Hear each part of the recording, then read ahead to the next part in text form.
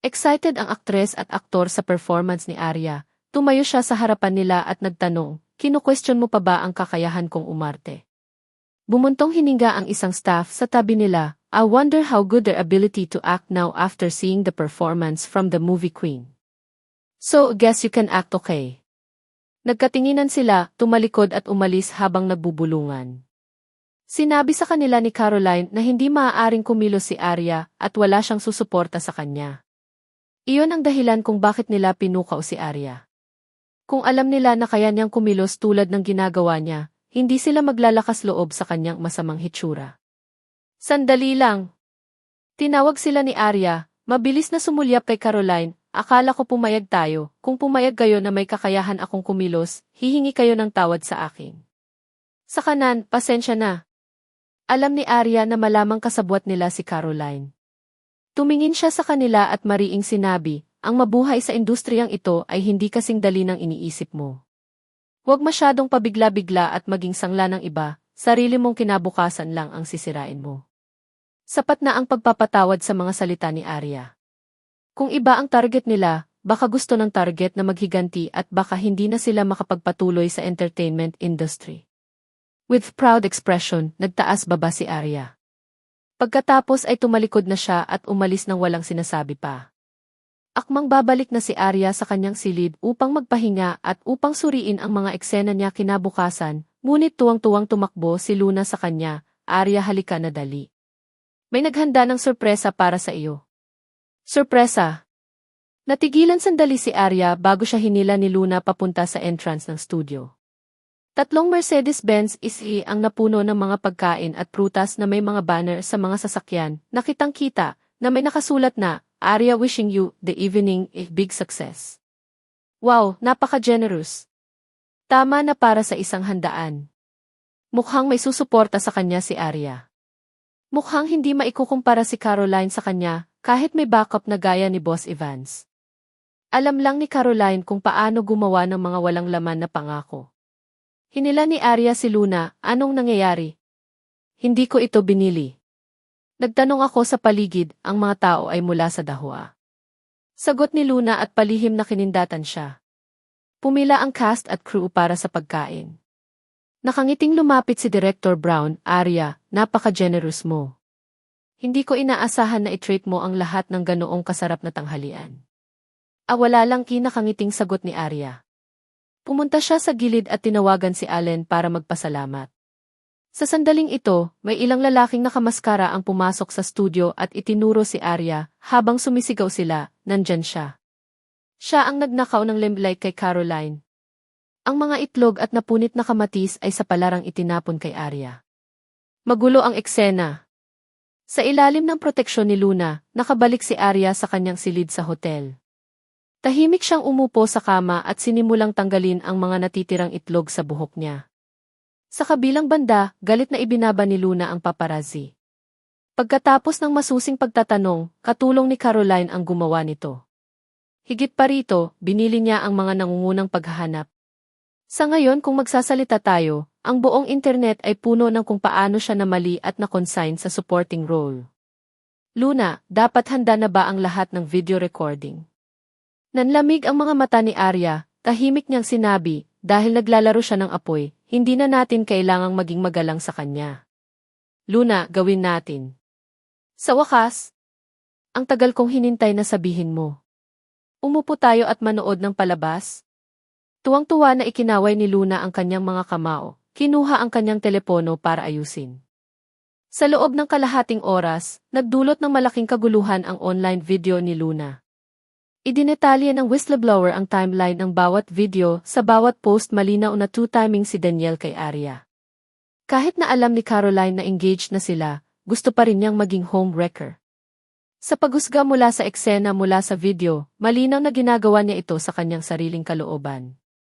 Ang kanyang dalisay na imahe ay nabawasan na ngayon dahil sa laki ng video. Pinagalitan siya ng Tieba at iba pang mga blog. Sinabi ng lahat ng kanyang mga tagahanga na ang pagkagusto sa naturang celebrity ay pag-aaksaya ng kanilang oras. Kaya siya talaga ang may bahay ni Daniel, sinisira ang relasyon ni na Daniel at Arya. Ginamit pa niya si Arya sa pag-audition para sa kanya at pagkatapos ay sumalungat sa kanya. Walang respeto ang manipulative na asong ito. Narinig ko na inayos niya na ang kanyang mga tagahanga ay gumawa ng gulo para sa mga tauhan ng pelikula at sinaktan si Arya. Kalimutan mo na yon, hindi na ako mag-aaksaya ng oras para suportahan siya. Bagamat marami ang nag-post ng mga nakakababa at pasaway na komento kay Caroline, marami rin ang nag-post ng kanilang paghingi ng tawad kay Arya. Kasabay nito, isinama ni Danielle si Caroline upang mananghalian kasama si Boss Evans upang pag-usapan ang tungkol sa susunod na puhunan. Panay ang ring ng phone ni Danielle. "Excuse me, kailangan kong sagutin ito." As soon as he answered the call, Public Relations Manager blasted, "Director Parker, may malaking nangyari. Bumalik ka kaagad sa kumpanya." "Anong nangyari?" Huminahon ka at dahan-dahang magsalita, habang naririnig ni Danielle, mas lalong umitim ang mukha niya. "Okay, got it, pupunta ako doon." Gayunpaman, nang siya ay may sasabihin, si Boss Evans at ang iba pa ay nakatanggap din ng balita. "Director Parker, hindi ko akalain na sasamantalahin mo kami. Maaari mong kalimutan ang tungkol sa usapin ng pamumuhunan. Sa hinaharap, wala nang pagkakataon para sa amin na makipagtulungan sa Brilliant Entertainment. Kung hindi, mabibigo kami sa kamatayan ninyong lahat." Boss Evans. Walang magawa si Danielle. Nakita niyang maraming reporter ang sumusugod sa kanila, kaya dali-dali siyang umalis kasama si Caroline. Nang makita ni Caroline ang video, napatulala siya. Bagamat natatakpan ng mga mosaik ang katawan, kitang-kitang hubad siya. Sinampal niya ng napakalakas si Danielle sa mukha nito, "Lihim kang nag-video. Calm down, paano naging ako? Magiging tanga ba ako para ilagay ang sarili ko sa firing line?" Nataranta si Danielle sa biglaang pangyayari. Wala siyang panahon para pakialaman ang nararamdaman ni Caroline. Hinawakan niya ang kanyang pulso para pakalmahin siya at tinanong, "Isipin mo, sino sa tingin mo ang gagawa nito? Bukod kay Arya, wala na akong maisip na iba. Gusto ko lang maging outcast siya. Hindi ko inaasahan na gagawin niya ito. Sinira niya ang reputasyon ko at ang buhay ko. Nawalan ako ng pagkakataon na makakuha ng Best Actress Award dahil sa backlash. Paano ko haharapin ang sinuman ngayon o sa hinaharap?" Pinunasan ni Caroline ang mga luha sa kanyang mukha at galit na sinabi, "Wala akong pakialam. Tawagan si Arya para sa pampublikong paghingi ng tawad. Hindi na namin kayang pukawin pa ang gulo o tapos na kami. Iuwi na kita. Huwag pumunta kahit saan pansamantala. Ipopostpone ang lahat ng aktibidad at pupunta ako at magpaliwanag sa production team." Sinubukan siyang pakalmahin ni Danielle sa pamamagitan ng paghagod sa likod niya. Ito ang pinakamahusay na solusyon na magagawa niya sa sandaling ito. Biglang nakaramdam ng malamig na panginginig si Caroline at tinanong niya ang lalaking nasa harapan niya, "Danielle, hindi mo naman ako pababayaan, di ba? Ang sitwasyong ito ay dumating dahil sa iyo. Kung ayaw mo sa akin." Agad siyang niyakap ni Danielle, "Silly girl, Evie would if don't want you. Kaya lang hindi muna tayo magkikita pansamantala. Maniwala ka sa akin, aayusin ko ang bagay na ito sa lalong madaling panahon." Bumaba ng sasakyan si Caroline na may pagdududa. Habang pinagmamasdan niya ang sasakyang papalayo, isa lang ang nararamdaman niya, puot. Si Caroline assistant ay nagmamadaling pumunta sa kanyang tahanan at nakita siyang tulala na nakatayo sa landas. Bulong niya, "Huwag ka nang maghanap at umuwi ka na agad. Malapit nang dumating ang paparazzi. May pagkakataon pa bang maibalik ko ang mga bagay-bagay?" Natakot ang kanyang katulong na magalit pa siya, kaya mabilis niyang sinabi, "Siyempre meron, the baby is your trump card, hindi ka pababayaan ni Young Master Parker." "Baby?" Dahan-dahang hinaplos ni Caroline ang kanyang tummy, muling nagningning ang kanyang mga mata. May anak pa siya. Dahil sa video incident, napilitan ang production na huminto sa trabaho. Habang nagpapahinga si Arya sa kanyang hotel room, tinawagan ni Allen si Arya. Ang kanyang mga iniisip ay simple at prangka. Nakakalasing ang boses niya, "I missed you. Anong ginagawa mo?" "Nagbabasa ng script sa kwarto ko sa hotel." Umorder na si Luna ng hapunan. Malumanay na sagot ni Arya na may kislap sa kanyang mga mata, "Oye, sobrang sarap nung lunch na pinadala mo sa studio last time. Ginagastos mo na naman ako." Ibinaba ni Allen ang kanyang mga bagahe sa harap ng pinto, bahagyang nakataas ang kanyang kilay na nagsasabing, mga maliliit na bagay lamang ito, gagawin ko lamang ang mga bagay na ito at higit pa tungkol sa iyo. Salamat, mahal kong asawa. Sagot ni Arya na may kaunting kahihiyan. Buti na lang at wala si Allen para masaksihan ang itsura niya. Mas mabuti iyon. Namiss mo ba ako? Puno ng pang-aakit ang boses nito na para bang gusto siyang lamunin. Namiss kita. Kung wala pang 2 eksena na kailangan kong gawin sa mga susunod na araw, uuwi na sana ako at mas marami pang oras na kasama ka. Kinawakan ni Arya ang script at nahihiyang nagtanong, magagalit ka ba kung magiging abala ang trabaho ko sa hinaharap at hindi na kita makikita? Si Allen, isang lalaking may katayuan ay mangangailangan ng isang magiliw na babae na maaaring mag-alaga sa kanya sa bahay. Sa sandaling bumalik si Arya sa negosyo ng palabas, hindi na siya magkakaroon ng ganoong uri ng mainit na oras. Hindi. Talaga? Nang marinig ang kanyang sagot, napuno ng init ang puso ni Arya. Masyadong maunawain si Allen, hindi siya magsisinungaling sa kanya. Well, kahit nasaan ka, kapag gusto kitang makita, pupunta ako at hahanapin ka. Nakita niya si Luna at sininyasan itong buksan ang pinto. Napangiti si Luna sabay swipe ng card niya. Bumukas ang pinto at pumasok si Allen. Niyakap niya ang babaeng inaalala niya. Bakit ka inanlaki ang mga mata ni Arya at napatakip ng mukha sa pagkagulat?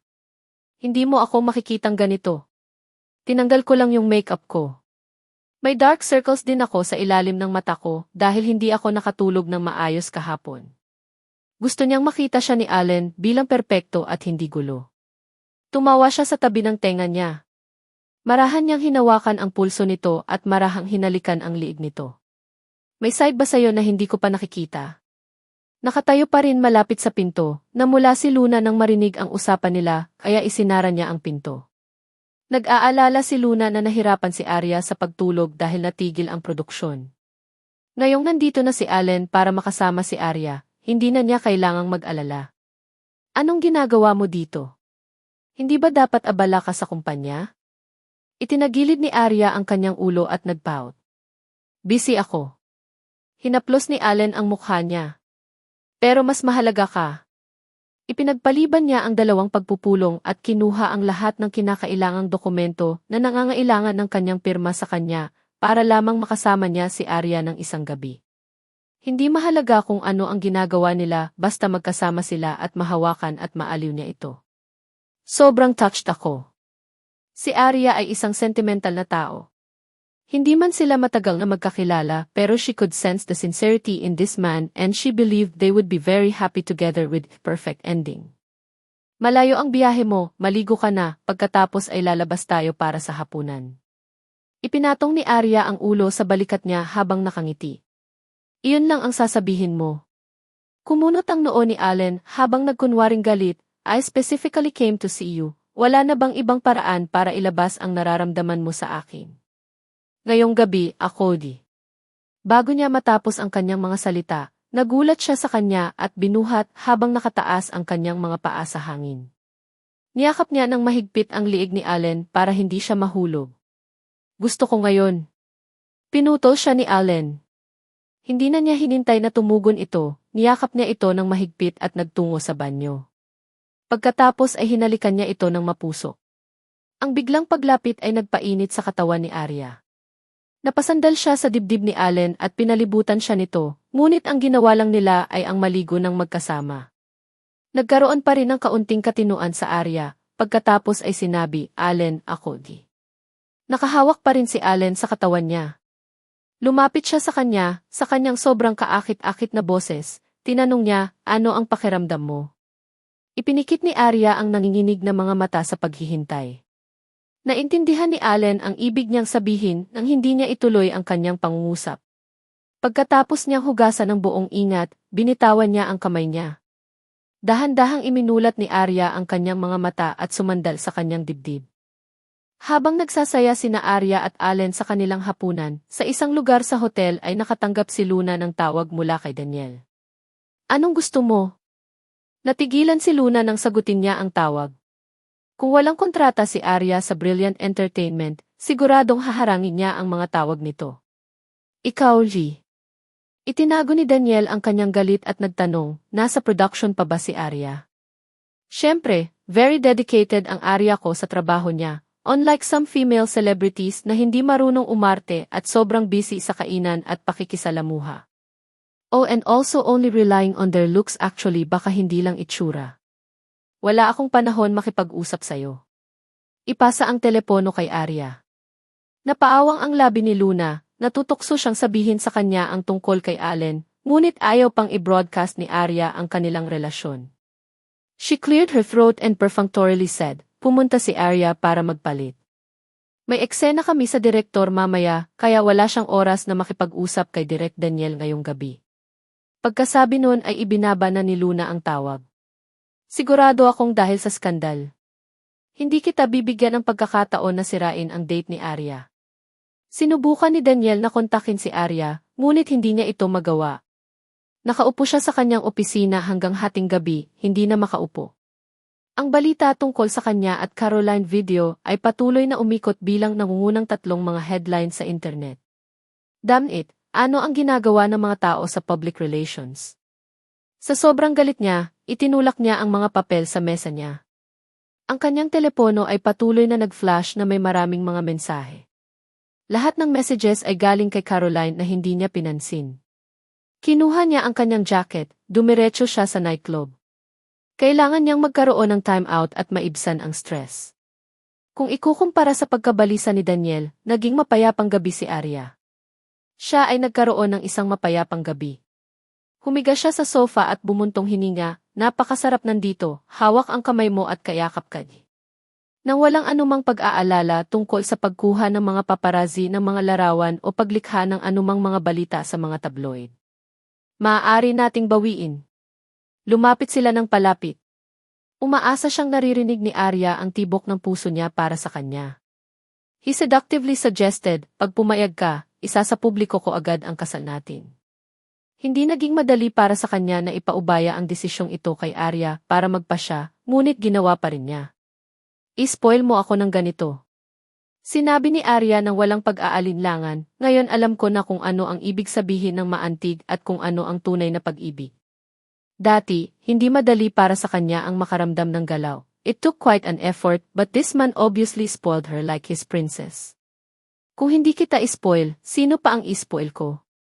Hinawakan ni Allen ang kanyang kamay at taos-pusong sinabi, gusto kong ibunyag ang ating relasyon higit kailanman, ngunit sigurado ako hanggat pinahahalagahan natin ang isa't isa, ang ating buhay ang magiging pinakamasaya sa panahong ito ng buhay.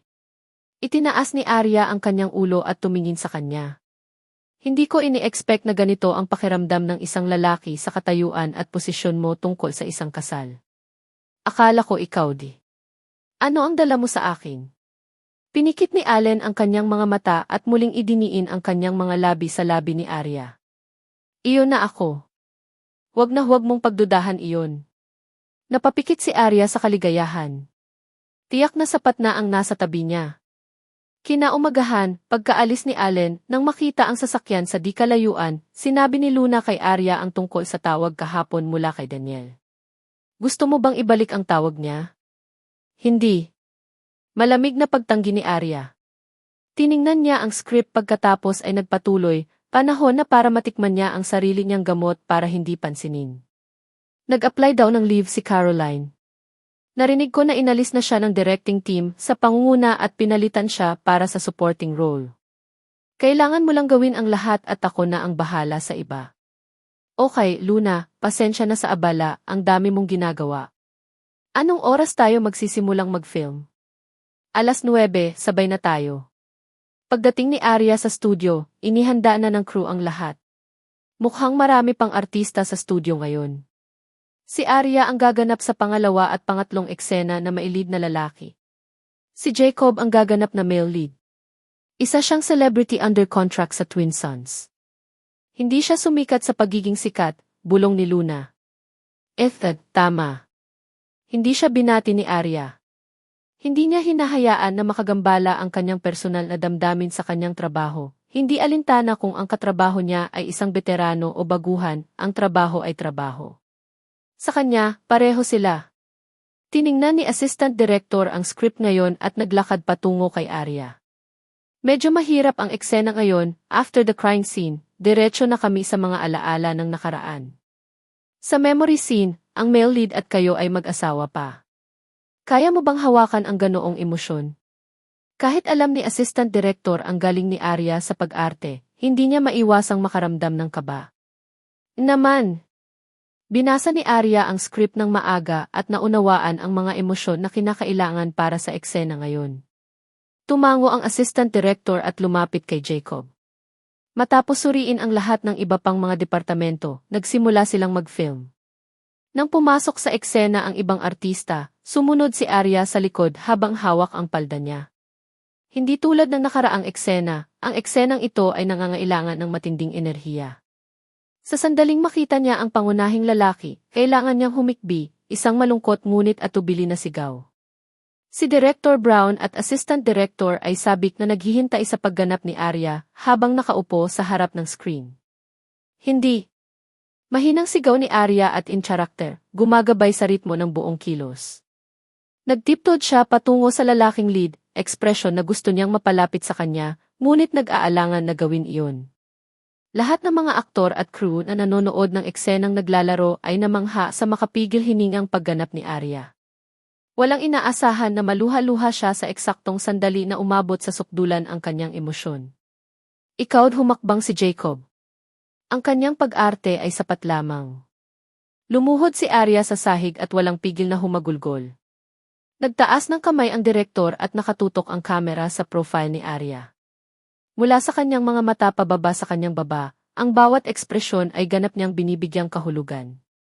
Nang sumigaw ang direktor ng T-Cut, na-overwhelm ang lahat sa eksena. Hindi nakakagulat na si Arya ay ginawaran ng pinakamahusay na aktres, aka ang reyna ng pelikula. Kahanga-hanga iyon.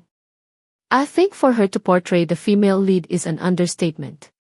Siguradong magiging blockbuster itong pelikula natin. Si Luna, nakatayo sa gilid, pinagsalikop ang kanyang mga kamay. Salamat, bumalik si Arya. Noon, nang ipahayag ni Arya na magretiro na siya sa paggawa ng isa pang pelikula, ang taong labis na nasaktan ay si Luna.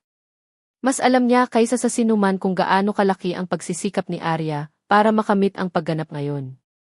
Bukod sa kanyang likas na talento, ang pagsusumikap at pagpuna na kailangan niyang pagtagumpayan ay hindi isang bagay na kayang tiisin ng isang ordinaryong tao. Sa kanyang tuktok ng pagiging pinakasikat, pinili niyang itago ang sarili. Ang desisyon ay isang pagkawala sa industriya ng entertainment. Sa kanyang kagandahan at husay sa pag-arte, tiyak na mayroon siyang mga kwalipikasyon para makilala sa buong mundo. Nagawa ni Arya na maging in-and-out character ng napakabilis. Bumalik siya sa kanyang orihinal na sarili at naglakad patungo sa direktor. Pagtingin sa screen, sinabi niya, yung eksenang ginawa natin ngayon, kailangan mo bang kumuha ng isa pang shot sa ibang anggulo? Pagkatapos ng lahat, ang pelikulang ito ay talagang isang hamon sa pelikula at pag-arte. Si Direk Brown ay may paghanga kay Arya, ngunit habang nakatingin siya sa screen, nag-alinlangan siya, kung magpe-film tayo ng isa pang take sa kaliwang bahagi, masisiguro mo bang magagagaya mo ang iyong mga aksyon sa pagiging perpekto? Ito ay magiging lubhang mahirap.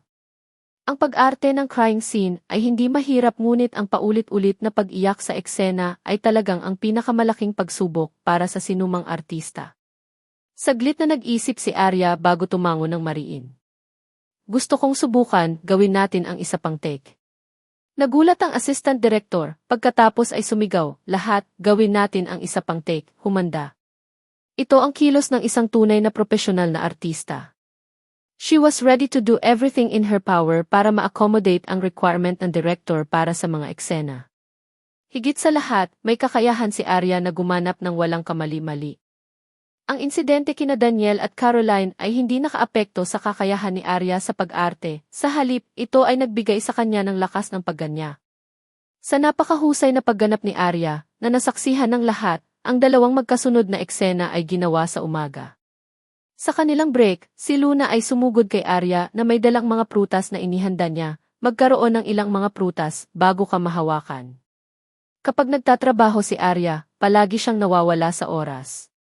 Laging si Luna ang nagbabantay sa kanya. Salamat!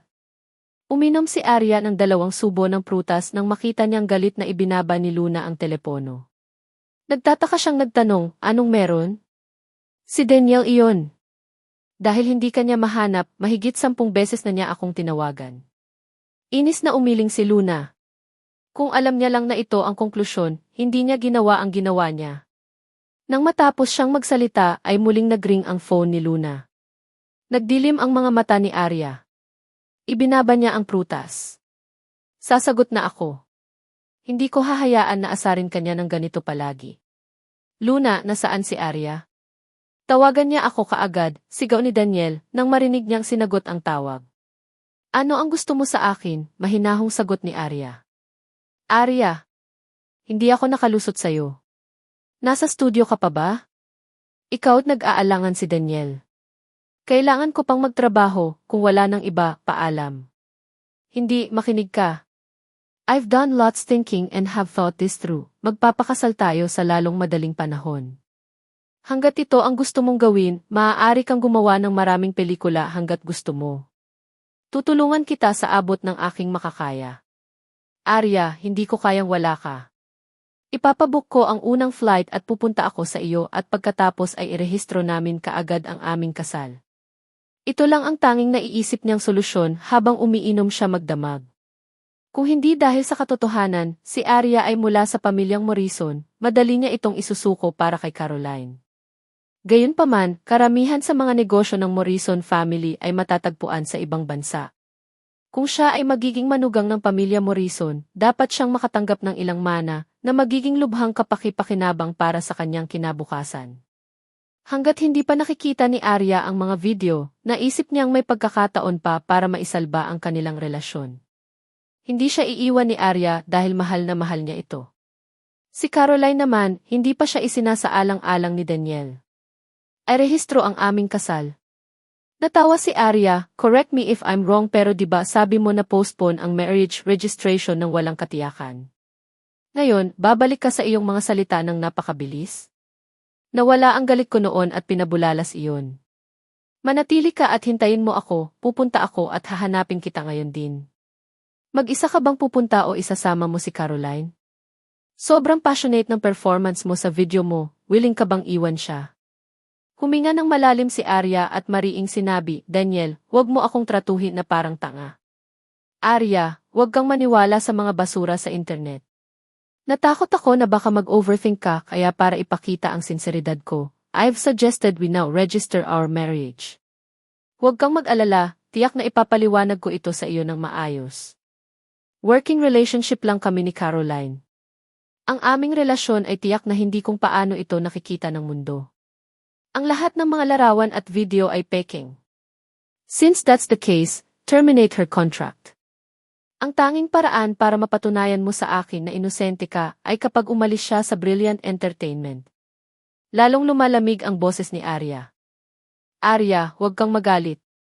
Alam mo kung gaano karaming pera ang na-invest natin sa kanya, kung i-terminate natin siya, malaking kawalan ito para sa kumpanya. Para sa kadahilanang ito, maaari mo ba akong suportahan sa aking karera? Muli, ginamit niya ang parehong dahilan. Kung maaari lang, ayaw niyang sumuko kay Arya at Caroline. Kung gayon, hindi na kailangang ipagpatuloy ang pag-uusap na ito. Mapang-asar na tumawa si Arya. Teka. Okay, aayusin ko ito sa lalong madaling panahon, ngunit kailangan mong ipangako na magre-rehistro ka sa akin. Sinabi ni Arya, mas mabuting ayusin mo ito sa lalong madaling panahon.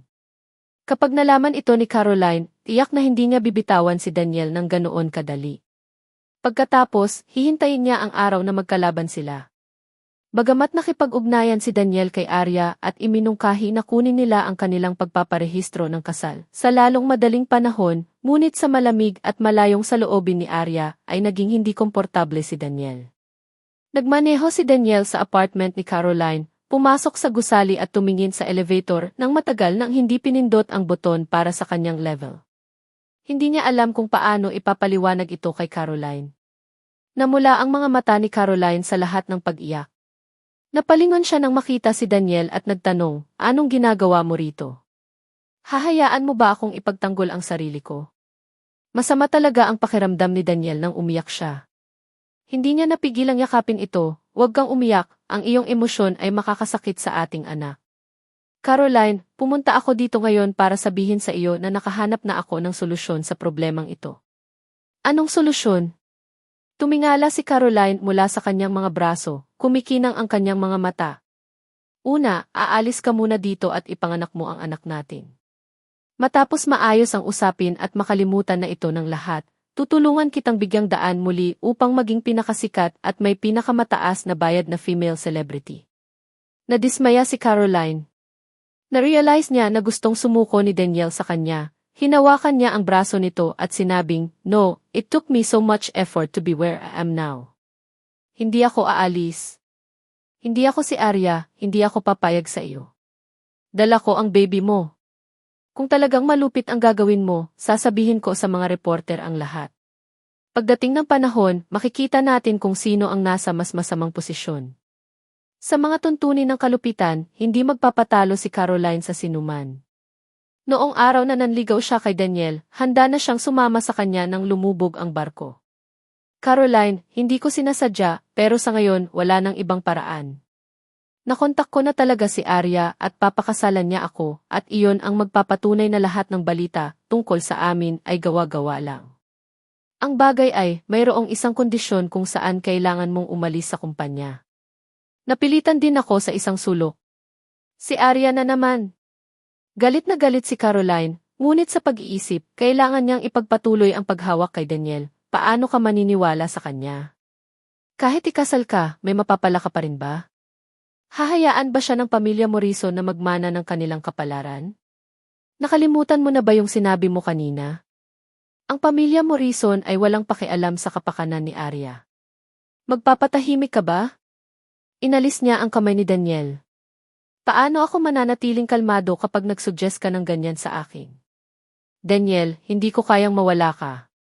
Kung talagang gusto mo akong umalis sa kumpanya, kung gayon maaari ko ring tapusin ang aking buhay ngayon. Tumakbo siya sa balcony habang nagsasalita, magpasya ka. Gusto mo ba ako o nag-aatubili na pakasalan si Arya?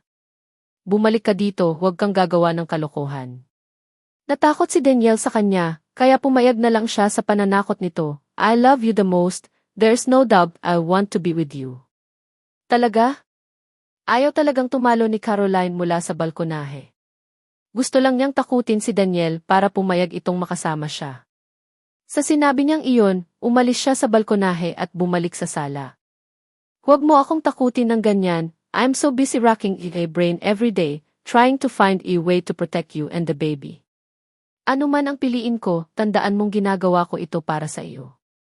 Napabuntong hininga si Daniel, sa sobrang kagustuhan niya ay ang mana ng Morrison family, marahil ay tama si Caroline, marahil ay walang pakialam ang Morrison family kay Arya. Kung susuko siya kay Caroline, iyon ay isang desisyon na pagsisisihan niya habang buhay. Daniel, I trust you, dapat maniwala ka rin sa akin. Basta magkakasama tayong tatlo, malalampasan natin ang anumang paghihirap. Niyakap ni Caroline si Daniel na puno ng kaligayahan. Natagpuan ni Daniel na ang bagay na ito ay hindi madaling malutas. Umupo siya sa sofa at sinabing, I originally wanted you to win the award for the supporting actress of the evening, so that you have the qualification to compete for the title of movie queen. Ngayon nagulo na ang video lahat, siguradong maapektuhan ang mga nominasyon.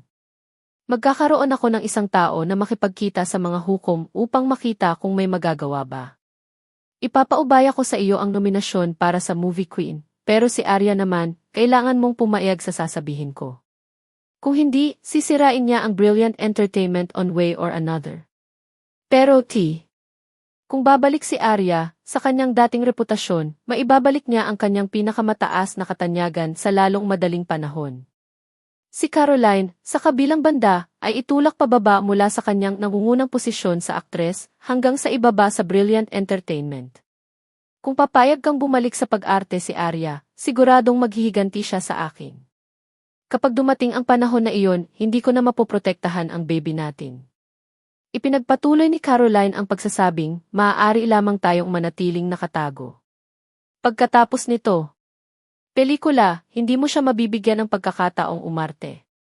After 2 to 3 years, mawawala ang kasikatan niya at makakalimutan na siya ng mga tao. Kung siya ang magiging nangungunang artista sa Brilliant Entertainment, sino ang nakakaalam kung ano ang kanyang gagawin? Makatwiran ang pag-aalala ni Caroline. Maraming beses na sinamantala ni Daniel si Arya para protektahan ang reputasyon ni Caroline. Kung talagang nabawi ni Arya ang kanyang kasikatan sa tuktok nito, iyak na hindi niya ito papansinin. Kung mabubunyag ang relasyon nila ni Caroline, mahirap itong lutasin.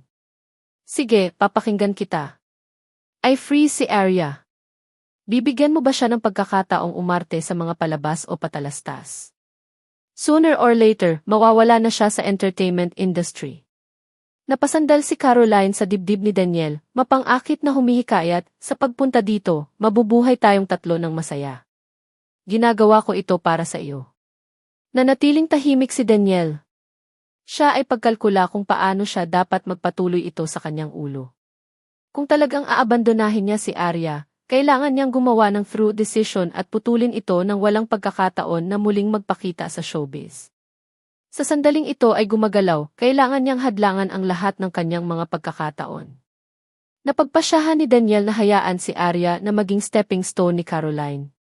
Kinaumagahan, kinabukasan, naglabas siya ng abiso para ipaalam sa production team na pansamantalang suspindihin ang paggawa ng pelikula ni Arya sa ilalim ng pangalan ng Brilliant Entertainment. Walang ibinigay na paliwanag. Nakita ni Arya ang problemadong ekspresyon ni Director Brown habang galit na galit si Luna.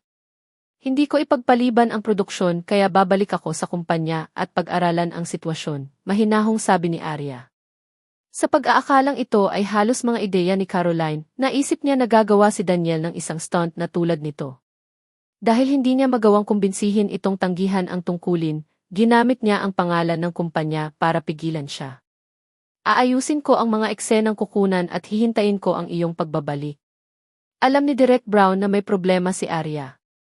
Sa industriyang ito, palaging may mga taong gagawa ng isang bagay upang magdulot ng gulo sa iba. Inilabas ni Arya si Luna sa studio, sumakay sila sa kotse at dumiretso sa Brilliant Entertainment. Arya, na-check ko na kahapon, pumunta si Daniel sa apartment ni Caroline at doon nag-overnight. Nagawa na naman nila ang dati nilang pakulo. Galit na sabi ni Luna. Buti na lang at nakilala mo si Allen, kung hindi, ang hamak na iyon, sinisira ni Daniel ang buhay mo. Naisip niya kung paano ginamit at binubuli ng mga ito si Arya noon. Kung hindi dahil kay Arya, makukuha kaya ni Caroline ang reputasyon at katayuan ngayon? Knave ako noon. Naloko ako sa panloloko niya. Mula ngayon, hindi ko na sila hahayaang magpatuloy at hinding-hindi ko hahayaang magtagumpay sila. Tiningnan ni Arya ang listahan ng hot search sa kanyang telepono at mumisi. Upang gawing reyna ng pelikula si Caroline, ginagawa ni Daniel ang lahat ng kanyang makakaya. Ngayon, sa wakas ay nagpasya siyang talikuran siya. Dahil siya ay walang puso sa kanya, hindi rin siya magiging mabait sa kanya. Luna, maghanda ka ng backup ng kontrata ko kay Brilliant, baka kailanganin natin ito sa lalong madaling panahon. Napasandal si Arya sa upuan ng sasakyan. Nang ipikit niya ang kanyang mga mata ay tumunog ang telepono ni Luna. Daniel, anong gusto mong gawin ko? Tanong ni Luna. Sagutin mo. Wala nang kwenta ang pag-iwas sa kanya ngayon, gusto rin niyang malaman kung paano magpapakana si Daniel laban sa kanya. Sinagot ni Luna ang telepono. Pagkatapos magsalita ng ilang salita, sumigaw siya, hindi pwede. Talagang hindi ako papayag na ang pagbabalik ni Arya ay pangasiwaan ng ibang tao. Daniel, huwag kang sumobra. Galit niyang ibinaba ang telepono at bumaling kay Arya at sinabing, nagpapalit sila ng manager mo, Julia ang pangalan niya. Siya ang nakipag-ugnayan sa production team at sinuspinde ang lahat ng iba mo pang pelikula. Inanunsyo ni Daniel sa pangalan ng kumpanya na pansamantalang hindi ka kumukuha ng anumang iba pang proyekto. Sinubukan din niyang makipag-ugnayan sa production team ng The Evening para baguhin ang role mo sa mas kaunting eksena. Malinaw na sinusubukan niyang ipagbawal ka ng unilateral. Anuman, talagang pumirma ng kontrata si Arya sa Brilliant Entertainment. Imposibleng gumawa siya ng anumang proyekto nang walang pahintulot ni Daniel. Kahit na mayroon siyang kasalukuyang proyekto, maaari pa rin niyang alisin ang lahat ng pagkakataon ni Arya sa isang pangungusap. Noon, kung hindi siya nagtiwala kay Daniel at kusang nagretiro, gagamitin ba niya ang kasuklam-suklam na paraan para pilitin siyang magretiro? Gusto mo bang isapubliko ang ulat ng pagbubuntis ni Caroline? Ipaalam sa kanila na hindi kanila dapat guluhin. Galit na galit si Luna, ngunit mas lalo rin siyang nakaramdam ng sama ng loob para kay Arya. Napakarami niyang isinakripisyo para kay Brilliant at kahit walang merito, naglagay siya ng maraming pisikal na paggawa. Nagawa ni Daniel na baliwalain ang matagal na niyang relasyon matapos marinig ang ilang salita mula kay Caroline. Hindi pa ngayon ang oras. Nakatingin si Arya sa kalye sa malayo at mahinahong sinabi. Sa industriyang ito, walang nakakaalam ng konklusyon. May debut si Caroline kanina, hindi siya gagawa ng katangahan. Dahil inayos niya si Julia na maging manager ko, siguradong may hinihintay siya sa akin. Kami ay string sa kanya kasama, gusto kong makita kung ano ang inilagay niya para sa akin.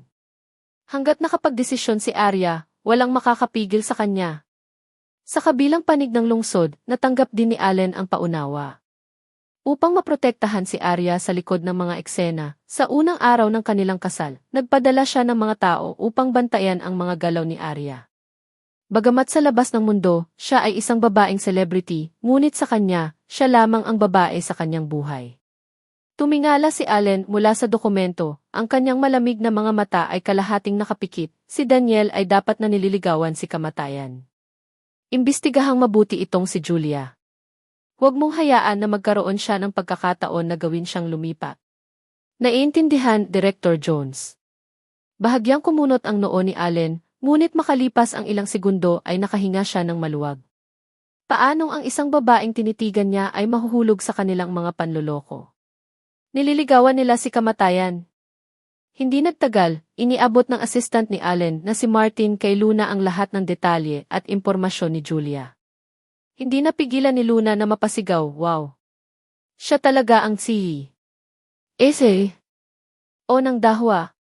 Masyado kang mahusay.